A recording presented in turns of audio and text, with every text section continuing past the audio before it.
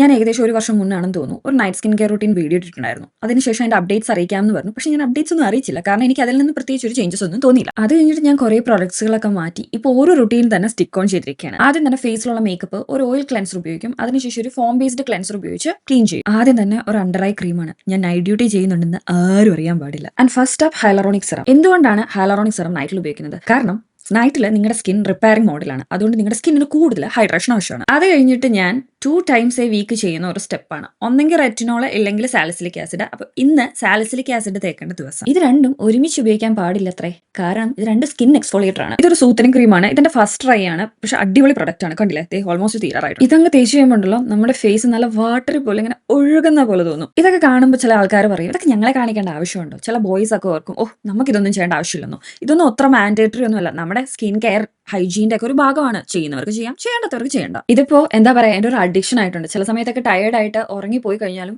2 മണിക്ക് 3 മണിക്ക് എഴുന്നേറ്റ് സ്കിൻ കെയർ സ്കിപ്പ് ചെയ്യാണ്ട് ചെയ്ത് അങ്ങനെ അവസാനം ലാനേഷിന്റെ ഒരു ലിപ് മാസ്ക് കൂടെ തേക്കും. ഈ പ്രൊഡക്റ്റ് എനിക്ക് അത്ര ഇഷ്ടമൊന്നുമല്ല, പക്ഷെ ഇതൊട്ട് തീരുന്നില്ല. ഇത് അത്യാവശ്യം നല്ല എക്സ്പെൻസീവ് ആയിട്ടൊരു പ്രൊഡക്റ്റ് ആണ്. അതുകൊണ്ടിട്ട് കളയാനും പറ്റത്തില്ല. എന്റെ ഫേസ് നല്ല ഹൈപ്പർ സെൻസിറ്റീവ് ആണ്, ആഗ്നെ പ്രോൺ ആണ്. ഇപ്പൊ എനിക്ക് അധികം ആഗ്നീസ് വരാറില്ല, ഞാൻ കൺട്രോൾ ചെയ്തിരിക്കുന്നതാണ്.